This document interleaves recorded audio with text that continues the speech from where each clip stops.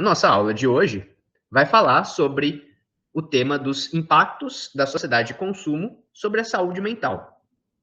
Então, é um tema que envolve duas discussões que são muito importantes para a redação, que são importantes para o Brasil contemporâneo e que são importantes também, por extensão, para a redação, especialmente para a redação do Enem, preocupada com os problemas sociais. Uma série de problemas do mundo de hoje, a gente pode dizer que, de alguma forma, remetem à existência de uma sociedade de consumo, a cultura, a mentalidade dessa sociedade de consumo. Inclusive, problemas relacionados com a saúde e a saúde mental, o bem-estar psicológico, psicossocial dos indivíduos no Brasil. Então, essas duas discussões são importantes e elas trazem repertórios, cada um deles importante, né, para a sua discussão, e que, com certeza, também vai ser importante para outras discussões, já que a gente pode falar sobre esses conceitos em muitos temas diferentes, né? Em muitos temas diferentes, a gente poderia citar a existência de uma sociedade de consumo como uma causa importante dos problemas observados. E consequências sobre a saúde mental são um tema de discussão em muitos outros assuntos diferentes. Então, por isso que a gente vale a pena dedicar bastante tempo para uma aula como essa e a gente prestar atenção no repertório sociocultural dela, repertório sociocultural para falar sobre a sociedade de consumo, repertório sociocultural para falar sobre a saúde mental. Tudo bem, vamos lá. Mas antes disso, eu queria dar algumas recomendações importantes acerca do nosso método de estudo. Algumas reflexões importantes para ajudar vocês nesse momento que você está estudando redação. Bom, não sei se vocês já perceberam, mas estudar redação é um pouco diferente de estudar matérias como química, como física, ou biologia, história, geografia, em que é mais importante você ter uma ajuda direcionada, uma ajuda especializada, né? É mais difícil estudar redação sozinho do que talvez até mesmo estudar matemática sozinho,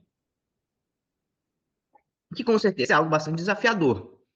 Mas existe uma parte do aprendizado de redação que realmente se torna muito significativo você ter alguém que conhece aqueles problemas, que já passou por esse processo te ajudando.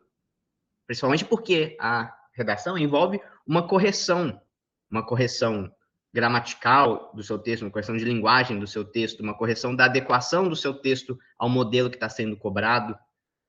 E isso é mais difícil de você perceber por conta própria. Então, a minha dica é: façam o que vocês estão fazendo, que é aprender redação com uma ajuda bem especializada. Ela com certeza vai fazer muita diferença, vai ter um grande peso na sua preparação e vai fazer com que você economize bastante tempo em oposição a estudar essa matéria sozinho.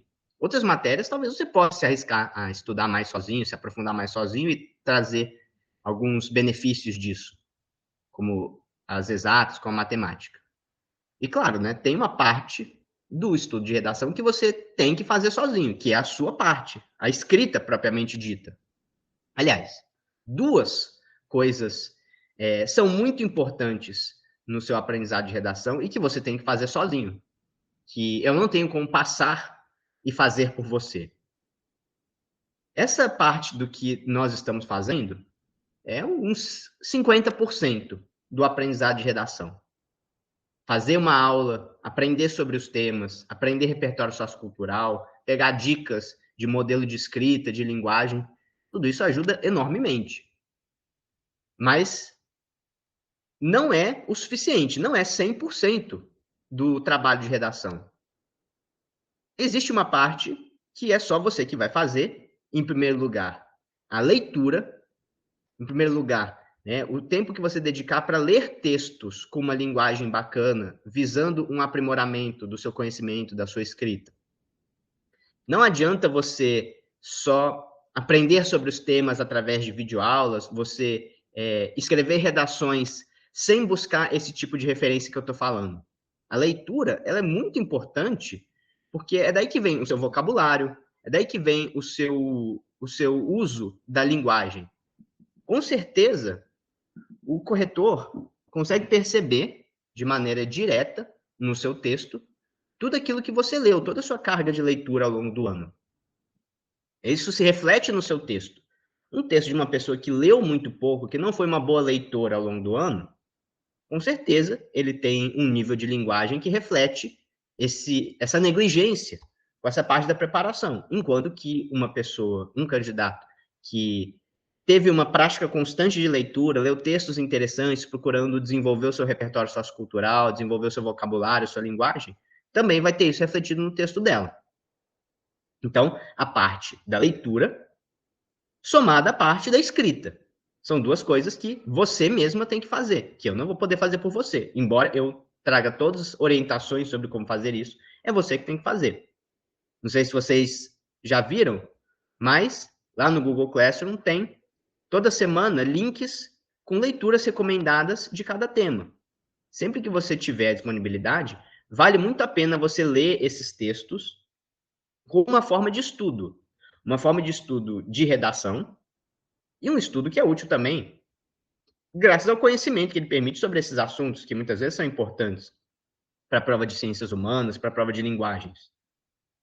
Então, vale muito a pena, né? São textos selecionados visando causar esse impacto, visando trazer mais referências de um vocabulário legal, de uma linguagem adequada ao padrão que a gente vai desenvolver na dissertação, certo?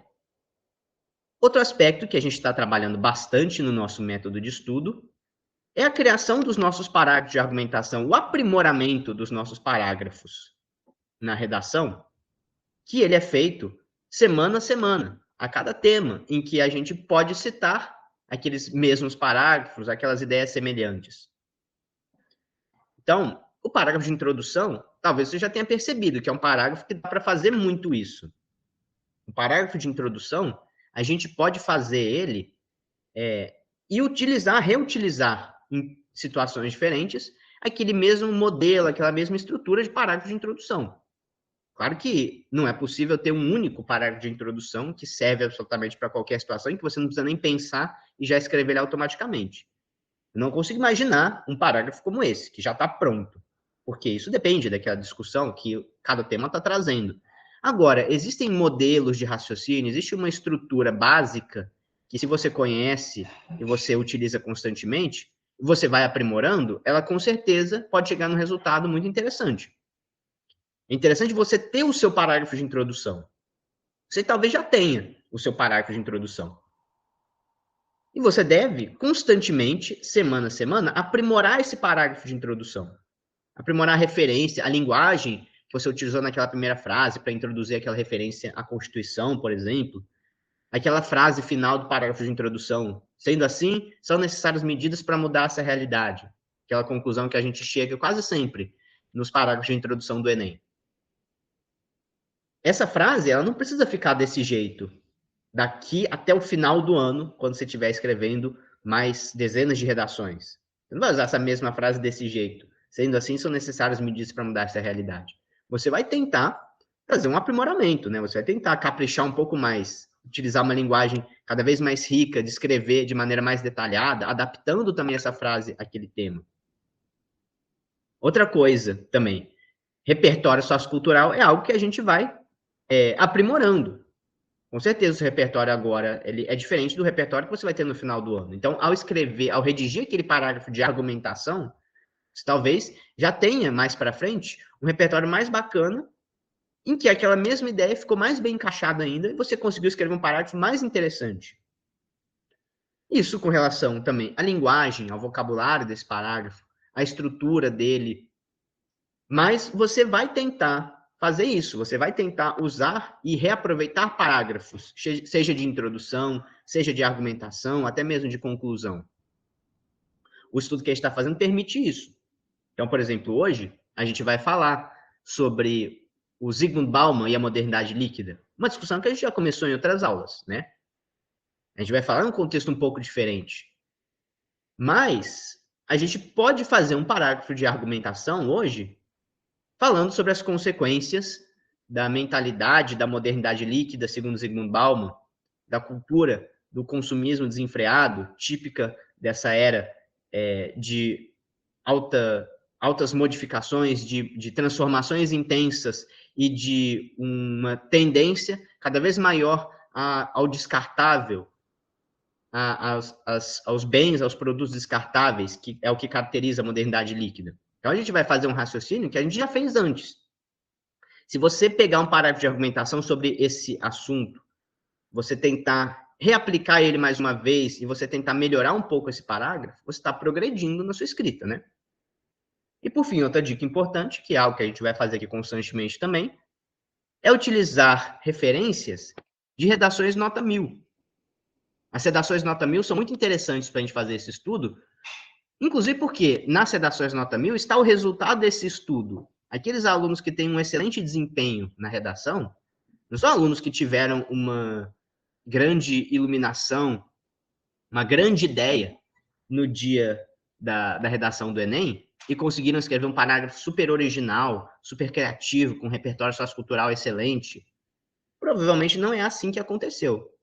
Provavelmente, aquele estudante que tirou nota 1000, ele usou um parágrafo que ele escreveu e reescreveu várias vezes ao longo do ano.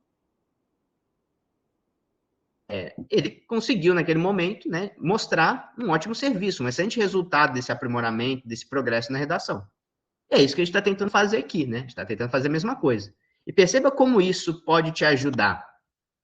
Como é mais fácil fazer desse jeito. Você não precisa ser criativo, fazer uma super reflexão cada vez em cada tema.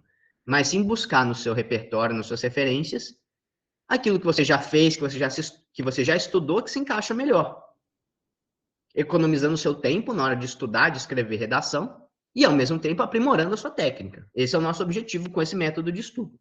Tudo bem, e nós vamos aplicar isso hoje ao tema dos impactos da sociedade de consumo sobre a saúde mental. Leiam, antes de fazer essa redação, o tema, os textos da coletânea que falam sobre o tema. E, aliás, né, de preferência, sempre que possível, leiam esses textos, leiam a proposta de redação antes dessa aula. Quando a gente for falar sobre o assunto na aula, você já tem uma noção, talvez você já fez até uma reflexão sobre aqueles aspectos trazidos pelos textos da proposta, e com isso você possa ter uma opinião interessante sobre esse assunto, já tendo imaginado alguns repertórios socioculturais, certo? Lá nos textos da coletânea desse tema, a gente tem um texto que fala sobre o papel da publicidade no estímulo ao consumo, muitas vezes um consumo involuntário, em que houve um processo de manipulação do consumidor para se submeter àquela atitude consumista. Tem uma tirinha do Armandinho também, ironizando a criação de desejos artificiais pela publicidade, pela mídia. Tem um texto falando sobre as consequências da Revolução Industrial para a saúde mental. Olha isso, né? A gente falou bastante sobre a Revolução Industrial em outros momentos, a gente vai falar mais ainda. E isso, para não falar de todas as vezes na sua formação em que você ouviu falar da Revolução Industrial. Mas não sei se você já tinha parado para pensar nesse aspecto da Revolução Industrial, que existe uma mudança, uma transformação profunda na subjetividade, no estado psicológico, emocional, principalmente psicossocial das populações com a industrialização. E esse deve ser um dos aspectos mais profundos, mais transformadores e que se perpetua até os dias atuais da industrialização da Revolução Industrial. E talvez você não tivesse parado para pensar ainda. E eu estou falando disso aqui também porque talvez você não tenha parado para pensar que você pode falar do repertório histórico da Revolução Industrial em um tema que fala sobre a saúde mental. Temas que falam sobre a saúde mental de uma maneira geral, né, depende do recorte, com certeza. Você tem que observar em cada tema se aquele recorte pode ser feito. Mas não sei se você já tinha parado para pensar que em uma discussão sobre saúde mental seria extremamente pertinente fazer um parágrafo de argumentação com uma referência histórica falando sobre as consequências da Revolução Industrial, daquelas mudanças da sociedade advindas da industrialização e o impacto que isso teve sobre o estado psicossocial da população. Vamos falar sobre isso hoje, sobre esses repertórios. A começar, né, desse que eu já dei um spoiler, a Revolução Industrial é um repertório que realmente pode parecer batido, né? Poxa, quantas pessoas não conseguiriam falar sobre Revolução Industrial numa redação? Mas será que a maioria das pessoas lembra de falar sobre a Revolução Industrial? Ainda mais em um tema em que isso não é tão óbvio, porque nessa redação que eu propus, nos textos da coletânea, eu mesmo coloquei lá um texto que fala sobre as consequências da Revolução Industrial para a saúde mental. Mas o Enem, ele não costuma falar tanto assim, dar tantas sugestões de abordagem nos textos da coletânea. O Enem, ele já deixa o tema ali de uma maneira mais geral. É você que tem que fazer essas associações e fazer o seu repertório de acordo com as associações que você conseguiu fazer. Mas eu, no meu curso, né, nessas propostas de redação, eu coloco bastante texto para vocês lerem, né? Para você entender o tema, você tem que ler bastante texto, para que você tenha essas ideias, para você fazer essas relações através dos temas que eu estou propondo. Eu estou propondo essas discussões para acrescentar essas reflexões, para que você tenha essas ligações na sua cabeça. E aí você vê um tema sobre a saúde mental e você tem essa sacada. Poxa, eu poderia falar sobre a Revolução Industrial. De que forma, né? Como que a gente poderia falar sobre a Revolução Industrial num tema relacionado à saúde mental? Assim como na Revolução Industrial, as crises econômicas que já existiam no século XIX, mas principalmente no século XX, elas trouxeram consequências em massa para o bem-estar da população, para as condições subjetivas, psicológicas dos indivíduos. Houve uma epidemia de suicídios, isso para não falar de crises de depressão, de transtornos ansiosos, de transtornos do pânico. Claro, né? As pessoas perceberam que elas vivem em um sistema no qual as garantias elas são muito instáveis, né? Elas são muito voláteis. De uma hora para outra, a sua condição pode mudar rapidamente. De uma hora para outra, pessoas que tinham muitos recursos investidos, tinham investimentos, tinham ações, se viram absolutamente sem nada, né? E com isso, essa instabilidade, essa incerteza dessa época, que se acentuou com a modernidade líquida, com o passar do tempo, isso é extremamente prejudicial para as condições psicológicas. Já começa por aí, né? Que a Revolução Industrial, a gente até poderia já dizer isso, que a Revolução Industrial ela é um período marcado por um processo de transformação econômica, social constante. Transformações aceleradas, intensas e permanentes.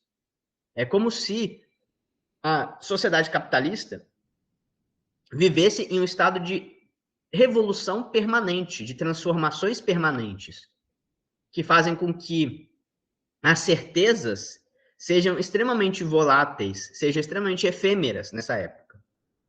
E toda essa instabilidade e incerteza, elas acabam trazendo prejuízos subjetivos, prejuízos psicológicos.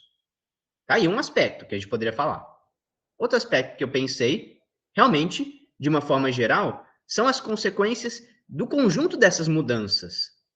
Então, consequências ligadas ao surgimento de novas tecnologias, como, por exemplo, a maior exploração do trabalho, as consequências ligadas ao maior consumo mais intenso de matérias-primas, de fontes de energia, a poluição decorrente da queima dessas fontes energéticas, como a gente discutiu bem recentemente no tema dos combustíveis fósseis, todo aquele cenário de mudanças decorrente do uso dos combustíveis fósseis e os impactos sobre a natureza, sobre o meio ambiente, causados por esse novo modelo. Isso teve consequências não só do ponto de vista ambiental ou do ponto de vista socioeconômico, isso também teve consequências do ponto de vista psicológico. As cidades na Inglaterra, as cidades na Europa, passaram a se tornar cada vez mais cinzas, né? Cada vez mais poluídas, cada vez mais urbanizadas, com relações sociais profundamente modificadas pelo novo sistema de trabalho e pela exploração da mão de obra. Tudo isso, todas essas transformações que marcaram o surgimento de um sistema, um modo de produção em massa e criaram uma sociedade de consumo, criaram um mercado de consumidor, uma sociedade de consumo em massa, esse processo teve grandes consequências sociais, econômicas, ambientais e também psicológicas. Por isso que é interessante falar de um tema como esse, né? Falar de uma referência como essa, como a Revolução Industrial, em um tema que fala sobre a saúde mental, certo? Então, essa referência ela é extremamente pertinente nesse tema como em outro. Por isso que eu estou sugerindo você usar esse repertório em uma situação como essa, em um tema como esse. A gente poderia ter falado sobre isso, a gente poderia já ter feito, se você já não fez, faça um parágrafo de argumentação citando as transformações no modo de produção, no advento de uma sociedade de consumo em massa, em consequência da Revolução Industrial, num tema, agora há pouco, que a gente fez, que era o tema dos combustíveis fósseis. E aí, na aula de hoje, no tema de hoje, falando sobre saúde mental, um aspecto totalmente diferente daquele dos combustíveis fósseis, você também poderia fazer esse parágrafo de argumentação com um repertório histórico, com pequenas modificações, né?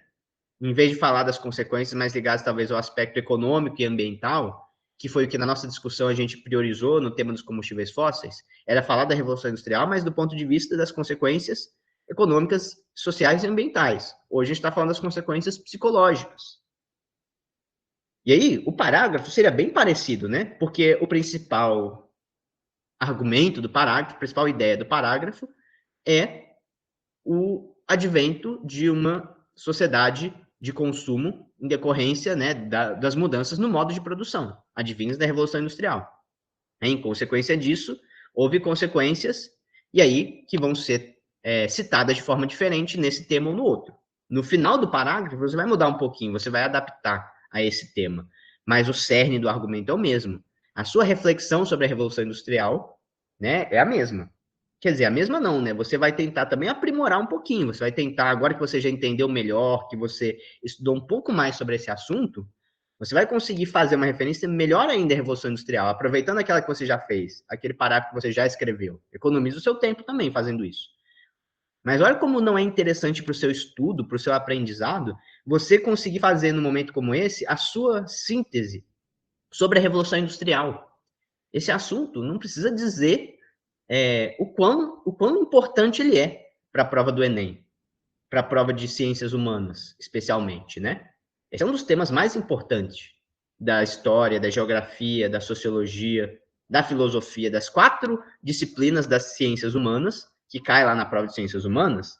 Esse é um dos principais assuntos comuns a elas todas. Aí, escrever um parágrafo de argumentação resumindo esse processo e criticando esse processo, algo muito importante também, essa parte da crítica, com certeza é uma ótima maneira de estudar sobre isso, que eu recomendo que você aproveite esse tema para fazer. Muito bem, outra sugestão poderia ser fazer um parágrafo de argumentação, ou até mesmo incorporar isso à sua tese, desde a introdução, criticar o papel da publicidade na manipulação dos consumidores, não é? Uma das principais características, a gente pode dizer isso nesse tema, que uma das principais características da sociedade de consumo, inclusive uma das principais características da sociedade de consumo relacionadas com a falta de saúde mental dos cidadãos, é a manipulação do consumidor pela publicidade. Ó, essa frase que eu usei, inclusive, poderia ser uma frase para você começar o seu parágrafo de argumentação, né? Atualmente, um dos principais fatores envolvidos nos prejuízos frequentes à saúde mental dos cidadãos na sociedade de consumo decorrem da manipulação dos consumidores pela publicidade, pela mídia. De que forma que a publicidade atua, causando esse prejuízo à saúde mental? De que maneira que a gente poderia dizer que a publicidade, que o discurso publicitário, a mídia, são, em grande parte, responsáveis pelo inferno na vida dos consumidores? O inferno que é a vida dos cidadãos da modernidade líquida iludidos pelo consumismo. Bom, a publicidade, a função dela na sociedade consiste basicamente em promover ou até mesmo criar um desejo de consumo no público. Inclusive, utilizando diferentes recursos expressivos, figuras de linguagem, ferramentas, né, de convencimento, para que o público sinta um desejo por um objeto de consumo que ele não tinha antes. E isso, normalmente, exige que A publicidade convence o consumidor de que ele precisa de um produto, de que aquele produto que ele deve adquirir é necessário para sua satisfação pessoal, para sua felicidade. Ou seja, a publicidade, ela age intrinsecamente criando uma insatisfação constante nas pessoas. Basicamente, o que o discurso publicitário faz, inconscientemente, involuntariamente também, né? As pessoas não têm consciência de estarem sendo induzidas a esse tipo de pensamento. Basicamente, a publicidade está te falando que as coisas que você tem hoje em dia não te servem, não são suficientes para sua felicidade. Que para que você seja mais feliz, você tem que gastar dinheiro e comprar aquela coisa que eles estão anunciando. Aquele carro, aquele celular novo, aquelas roupas, aquele estilo de vida, aquela marca, né, de uma maneira geral. Então, o seu celular, ele pode até ainda estar sendo útil para você, você está conseguindo usar. Talvez, né, ele ainda não tenha sido vítima da obsolescência programada, que a gente discutiu no outro tema.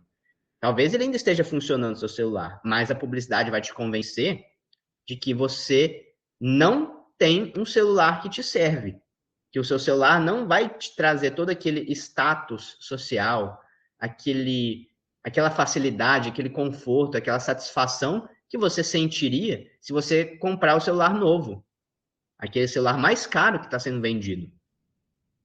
Então, o consumismo, ele é alimentado por isso, né? Por essa insatisfação constante, pelo sentimento de que as coisas que eu tenho não me deixam satisfeito e que eu preciso gastar meu dinheiro e comprar coisas para me sentir um pouco mais satisfeito, para me sentir menos miserável.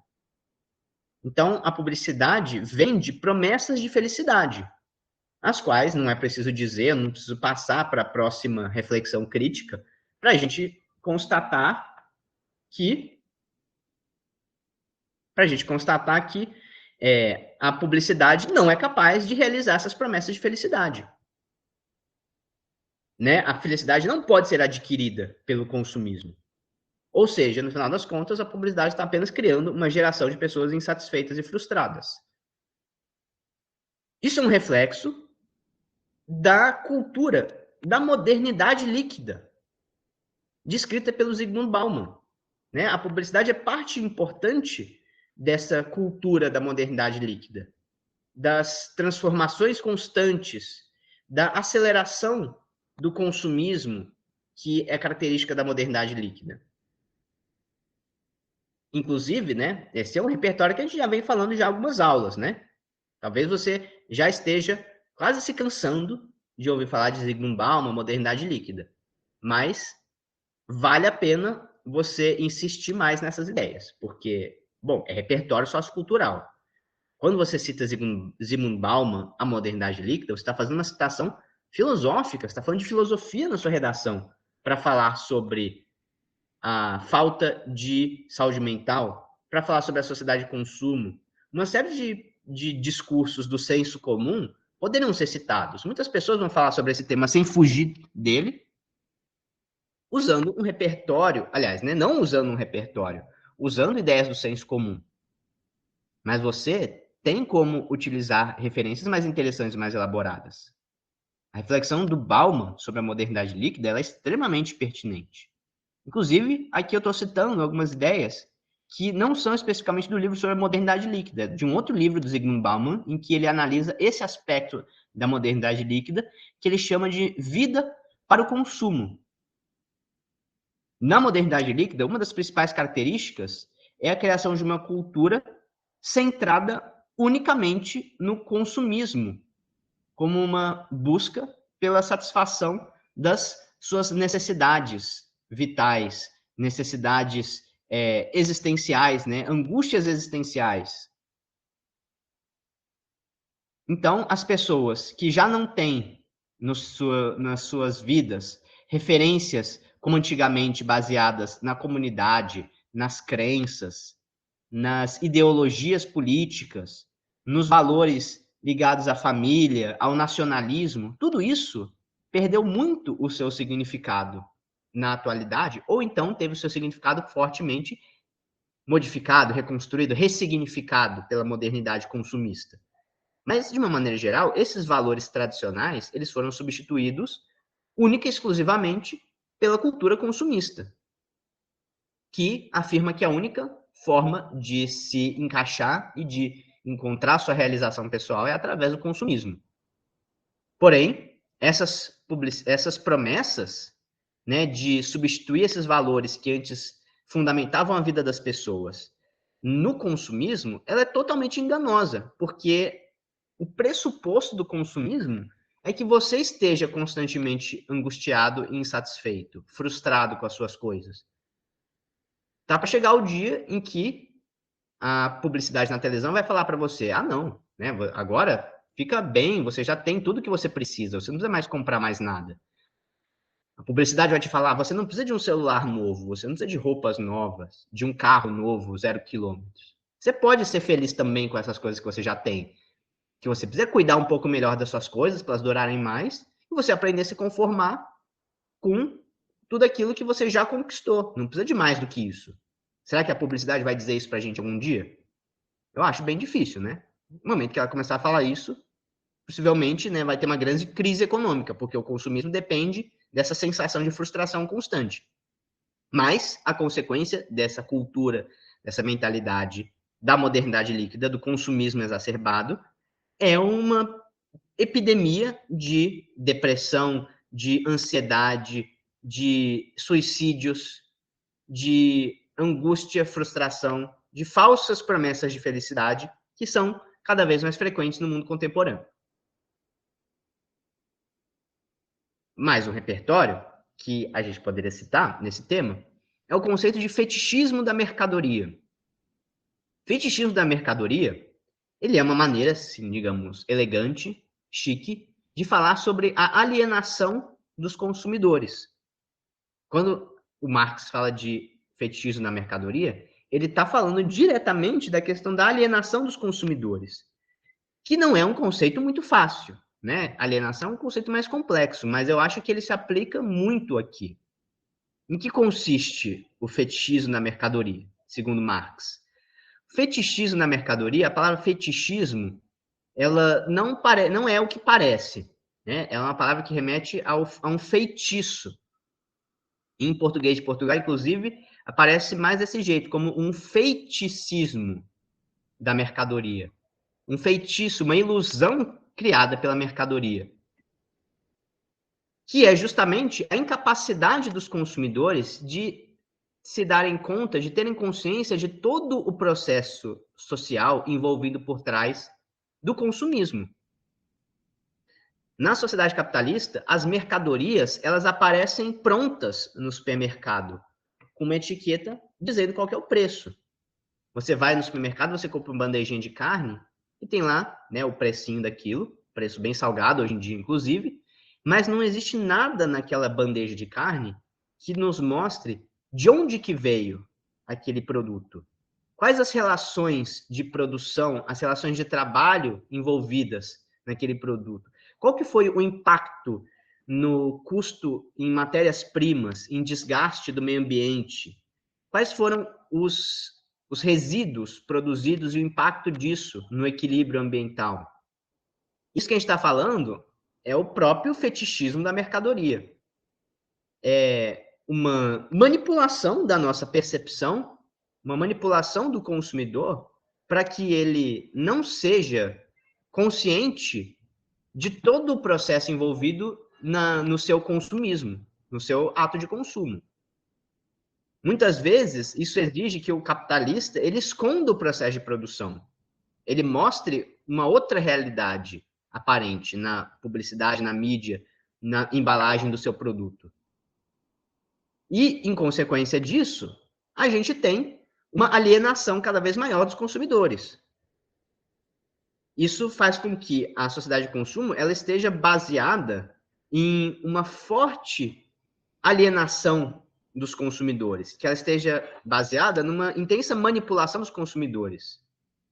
Inclusive, para que ele continue consumismo, para que ele continue, né, legitimando o consumismo e essa cultura, e essa mentalidade.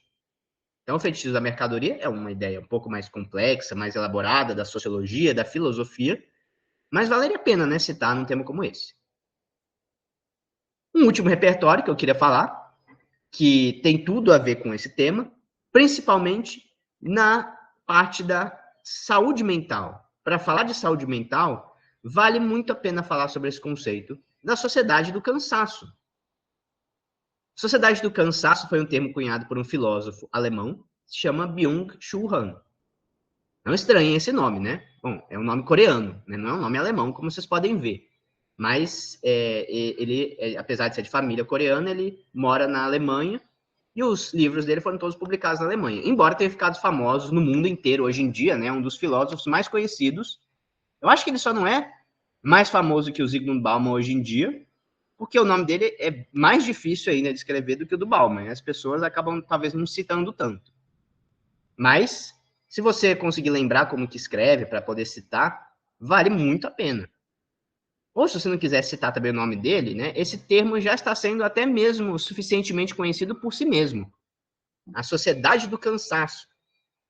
A sociedade do cansaço, segundo o Byung-Chul Han, ela é um aspecto da sociedade contemporânea, da modernidade, modernidade líquida, da sociedade de consumo atual, que mostra uma face muitas vezes oculta dessa sociedade consumista, uma sociedade que constantemente estimula a produtividade, a competitividade entre os indivíduos, o rendimento cada vez maior, a busca por status social, por uma posição de reconhecimento, que normalmente se dá através do consumismo, ao se mostrar perante a sociedade como um consumidor com um poder maior do que os outros, acima da média como consumidor.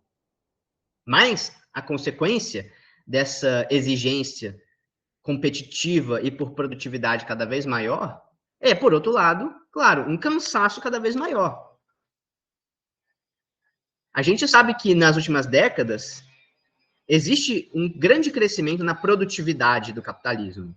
A gente está produzindo cada vez mais mercadorias, cada vez mais bens de consumo, cada vez mais riqueza econômica, financeira, mas a consequência disso é um desgaste cada vez maior da saúde dos indivíduos, do bem-estar psicossocial dos indivíduos.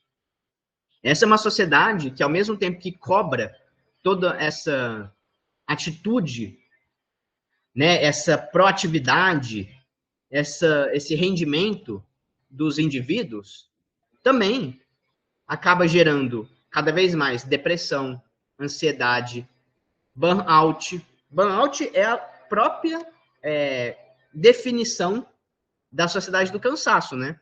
Que burnout não é só tipo um cansado qualquer, tipo de uma pessoa com insuficiência cardíaca. Tipo, ah, não, a pessoa tem um problema no coração, ela anda daqui até ali na frente na padaria, ela tá cansada. Mas não é disso que se trata, não é desse cansaço que fala a sociedade do cansaço. O cansaço é muito mais próximo daquele da pessoa que precisa trabalhar 3 turnos por dia, ter 3 empregos para conseguir pagar suas contas, seus boletos e para sustentar sua família, ou a pessoa que, né, mesmo com, às vezes, um excelente salário, ela é cobrada na sua empresa, na sua posição, a ter uma produtividade cada vez maior, a ser uma liderança que dá o exemplo, que toma iniciativa e que mostra para todos que, na verdade, cansaço é uma coisa psicológica, que você tem que conseguir trabalhar enquanto eles dormem. Não é essa a frase? Trabalhe enquanto eles dormem. Mas aí, se você trabalha enquanto eles dormem, daqui a alguns dias, você vai ter um burnout. Porque não é possível, né? Ter um rendimento ilimitado sem um descanso adequado, sem um cuidado adequado da saúde, né?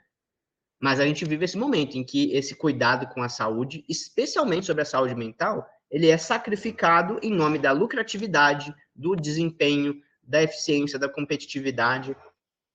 Inclusive, fazendo um paralelo com o tema de outras aulas, essa cultura ela é estimulada desde a escola, né? Desde a escola a gente tem um pensamento de ser cada vez mais competitivo, de gerar uma atitude cada vez mais motivada, cada vez mais eficiente. Bom, isso é a sociedade do cansaço, segundo Byung-Chul Han. É uma ótima referência para a gente falar num tema como esse. E, por fim, para encerrar essa discussão, o que a gente poderia falar de proposta de intervenção, né? Parágrafo de conclusão. O que a gente poderia fazer para mudar essa realidade? Com toda certeza, né, é preciso uma mudança de valores. Uma das estratégias para falar de uma mudança dessa realidade, sendo assim, são necessárias mudanças para modificar esse cenário prejudicial ao bem-estar dos cidadãos, prejudicial ao direito à saúde dos cidadãos, né? E para isso seria necessária, um dos caminhos, né? Seria o de uma mudança de valores, uma mudança que poderia vir da educação, de uma educação voltada para valores diferentes desses da competitividade, do desempenho, do rendimento, acima da saúde mental, acima do bem-estar, através, por exemplo, da valorização da sustentabilidade. Um dos valores que a gente poderia promover que ajudaria a gente, né, a contrapor-se a essa cultura da competitividade, do burnout, da sociedade do cansaço, seria promover a sustentabilidade. E aí a gente poderia praticar aquela proposta que a gente começou a discutir na outra aula, falando sobre a mudança do modelo educacional. Então, um modelo educacional baseado em outros valores seria capaz de mudar essa cultura da competitividade, da cobrança por produtividade acima de tudo, né, do consumismo exacerbado, porque a gente começou falando que a principal causa desse problema, desses prejuízos para a saúde mental, para o bem-estar da sociedade de consumo, tinha a ver com a cultura da publicidade, do pensamento de que você precisa sempre de mais coisas para que você seja verdadeiramente feliz, que você só vai ser feliz quando você consumir todas aquelas coisas. Aliás, você nunca vai ser feliz porque a publicidade está sempre falando para você ficar insatisfeito com o que você tem. Mas se a sustentabilidade fosse promovida, a gente poderia defender a ideia de satisfazer as suas necessidades pessoais sem prejudicar a capacidade de cada um fazer o mesmo. Ou seja, né, valorizar a satisfação das suas necessidades sem competitividade, sem querer ter mais do que o outro, sem escutar os apelos constantes ao consumo. Como, né, fazer isso? Porque mudança de valores é uma ótima ideia, mas às vezes é difícil a gente imaginar como isso estaria acontecendo. Por exemplo, né, no dia a dia, atitudes sustentáveis no dia a dia, elas podem mudar a atitude consumista, até mesmo envolver-se com reciclagem, com aproveitamento, separação de materiais descartados. Isso mostra um pouco para as pessoas as consequências do consumismo e a necessidade de reaproveitamento. Engajar-se em campanhas coletivas, campanhas voluntárias, movimentos solidários, isso cria uma mentalidade mais ética, em oposição à mentalidade insatisfeita do consumidor. E, principalmente, né, métodos de aprendizado no ambiente de sala de aula, uma atitude diferente no ambiente da sala de aula, que seja mais solidária, que seja mais coletivista, que envolva um papel mais ativo dos estudantes no seu contexto social. Tudo isso criaria uma cultura, uma mentalidade diferente. Para quê? Qual que é o objetivo dessa mudança? Né? Para que a educação cumpra o seu objetivo primordial, como a gente falou na outra aula, que é o de formar cidadãos, indivíduos capazes de compreender a sua realidade e de transformar a sua realidade. Com mais atitudes éticas, atitudes mais sustentáveis, atitudes mais coletivistas, levando em consideração os interesses da coletividade acima dos interesses pessoais. Tudo isso poderia gerar mudança de valores que a gente está promovendo nesse contexto da saúde mental e da sociedade de consumo. Muito bem, então esse tema de redação, ele é muito importante, tá? Porque esse repertório acaba sendo útil de forma muito ampla e em muitos temas diferentes. Não só a gente pode falar da sociedade de consumo, dos princípios por trás da sociedade de consumo, como o fetichismo da mercadoria, como as transformações advindas da Revolução Industrial, que por si só são necessários, né? Em muitos temas é necessário falar sobre isso. Não só é possível, como é necessário. Então, vale muito a pena praticar esse repertório. Vale muito a pena praticar esse repertório também sobre saúde mental, tá bom? Então, façam essa redação com capricho.